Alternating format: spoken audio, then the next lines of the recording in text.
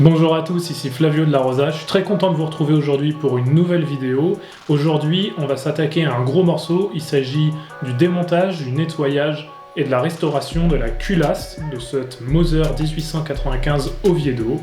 Le but du jeu, ça va être de vous montrer comment faire, quelle méthode utiliser pour faire le démontage, le nettoyage et éventuellement un repolissage si ça s'avérait nécessaire. La culasse chez Moser, c'est un élément qui a été perfectionné pendant des années. Ça a commencé à la fin du 19e siècle sur des carabines de ce type, juste qu'à être perfectionné de nos jours encore sur des armes qui sont toujours produites pour la chasse ou pour le tir de précision. La culasse de l'arme, c'est un élément central qui a un triple rôle. D'abord, approvisionner l'arme, ensuite percuter la cartouche et enfin éjecter l'étui. Ok, on va maintenant parler du matériel dont vous allez avoir besoin. Donc, en tout premier lieu, le sacro-saint WD-40. Ensuite, vous allez avoir besoin d'une brosse en nylon. Moi, je vais utiliser les brosses que j'ai dans mon kit d'entretien suisse. C'est ce kit vert. Vous pouvez le trouver à 35 € sur Naturabuy. Je vais utiliser également de la vaseline. Un assortiment de brosses, donc j'ai une brosse en laiton et une brosse à dents, et des chiffons. Et enfin, on termine, on va avoir également besoin d'un bic à broche en bambou. Ça, ce sera pour graisser l'intérieur du corps de culasse une fois qu'on aura effectué le nettoyage. Le but du jeu, ça va être d'avoir un support en réalité qui a une bonne friction, de manière à ne pas glisser au moment où vous allez être en train de comprimer votre ressort de percuteur. Parce que c'est très important pour éviter que, tout simplement, le ressort il sorte de son axe, que vous ripiez et que le ressort il parte propulsé au travers de la pièce. Ça peut arriver, j'ai déjà vu des collègues à qui ça arrivait. C'est pas très agréable de voir un percuteur propulsé au travers d'une pièce. Ça fait jamais trop plaisir, surtout qu'on sait que c'est une pièce très sensible et que ça peut coûter très cher lorsqu'on va l'acheter en pièces détachées. Donc, pour éviter que ça se produise, je vous conseille d'avoir une planche d'une bonne dimension, assez lourde, de manière à ce que vous ayez suffisamment de friction pour éviter que ça glisse. On va maintenant faire le démontage sommaire de la culasse. Donc pour commencer, je suis ici en position désarmée. Donc je vais d'abord commencer par armer ma culasse, de manière à basculer le drapeau en position centrale, et ensuite me permettre de séparer le corps avant du corps arrière de la culasse. Donc je soulève mon levier, je tire jusqu'à entendre un clic, je pousse, et j'arme. Et à partir de là, je bascule mon drapeau en position centrale. Et ici, j'ai plus qu'à sortir ma culasse de son boîtier en soulevant le clapet. Maintenant, on va faire le démontage complet. Donc, on va commencer par déposer le ressort d'extracteur. Donc, pour ça, en fait, c'est cette pièce-ci. Et vous pouvez la basculer au-dessus. Donc là, je le bascule au-dessus. Et j'ai plus qu'à le pousser et il sort tout seul. Voilà. Donc là, on a déposé le ressort d'extracteur. Sur cette culasse-là, en tout cas, c'est très facile à faire. Une fois qu'on a fait ça, on dévisse le corps de culasse de manière à séparer le corps avant et l'arrière. Et maintenant, j'ai mon percuteur, mon ressort de percuteur, l'arrière de mon corps de culasse, le drapeau et la noix. Et là, l'opération compliquée va commencer. Donc, vous allez avoir besoin de prendre appui ici sur l'aggloméré. Donc, je me mets en appui. Donc, en fait, c'est vraiment la pointe du percuteur qui vient en appui directement sur l'aggloméré. Je mets mon index sur mon drapeau. Et à partir de là, il va falloir que j'appuie très fort, avec les deux mains si c'est nécessaire. Donc, on appuie très fort.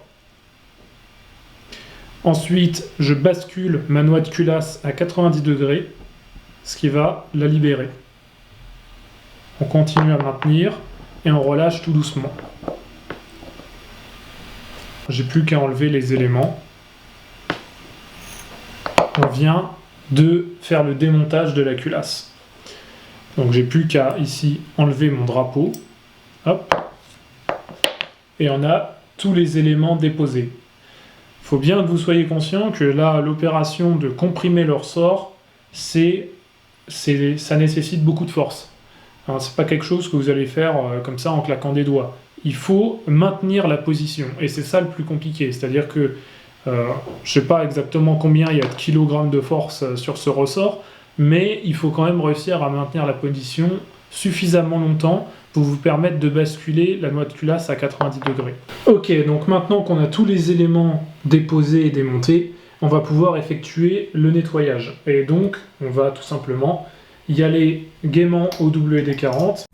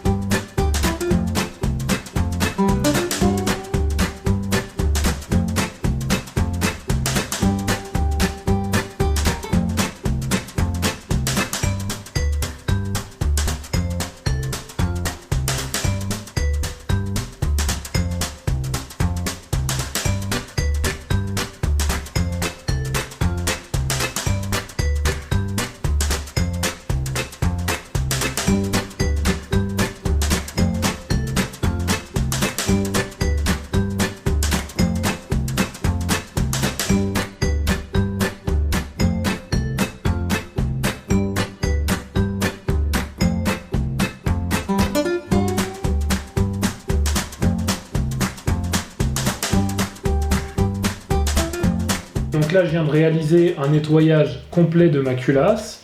Donc j'ai terminé le travail hors caméra. On a la culasse une fois que j'ai effectué le nettoyage.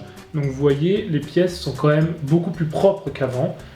Une des pièces qui va être à rattraper, ça va être bien sûr le percuteur parce que toute cette partie-là est encore pas mal marquée.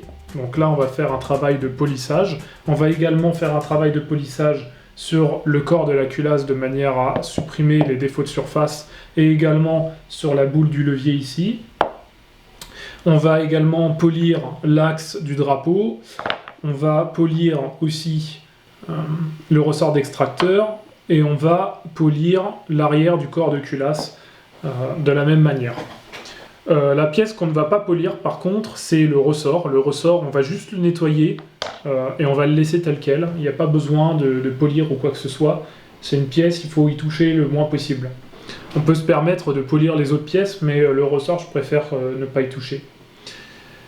Donc voilà, pour faire le polissage, vous allez avoir besoin de plusieurs types de toiles. Donc, on va commencer par une toile de 1000, de manière à supprimer le gros des défauts.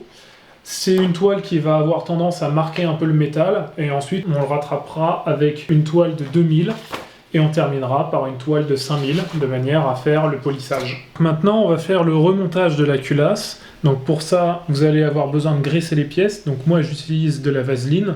Vous pouvez très bien utiliser de la graisse pour arme. Et le but, ça va être de mettre de la graisse aux endroits sensibles. Donc à l'intérieur du corps de culasse, mais également sur le percuteur, sur le ressort de percuteur, ici sur l'arrière du corps de culasse, à l'intérieur de la noix et au niveau là de la bague de maintien du ressort d'extracteur. Voilà, donc c'est à ces endroits-là qu'on va mettre de la vaseline. Donc pour ça, vous allez avoir besoin de la tige en bambou. Ça va vous permettre d'étaler la graisse de manière homogène. Par exemple, ici, je prends une petite dose et je vais pouvoir la mettre à l'intérieur de mon corps de culasse. Ça va me permettre de remonter jusque ici, vous voyez, à la sortie du percuteur. Donc là, vous voyez peut-être la tige qui sort à l'extrémité. Donc là, comme ça me permet de bien enduire l'intérieur du corps de culasse et de graisser l'ensemble.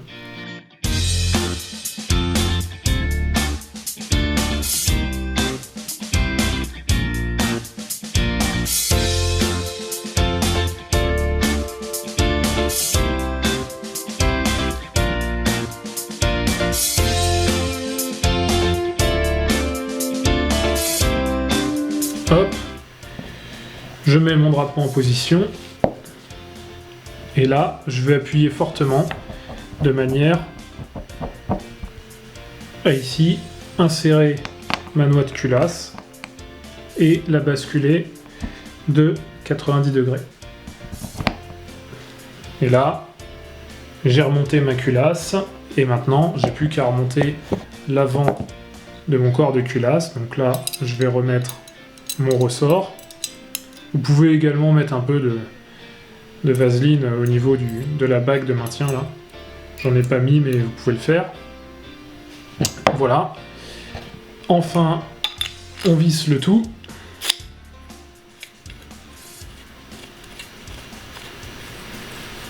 Hop. Et là, on a une culasse nettoyée, graissée et prête à être mise dans l'arme pour le stockage.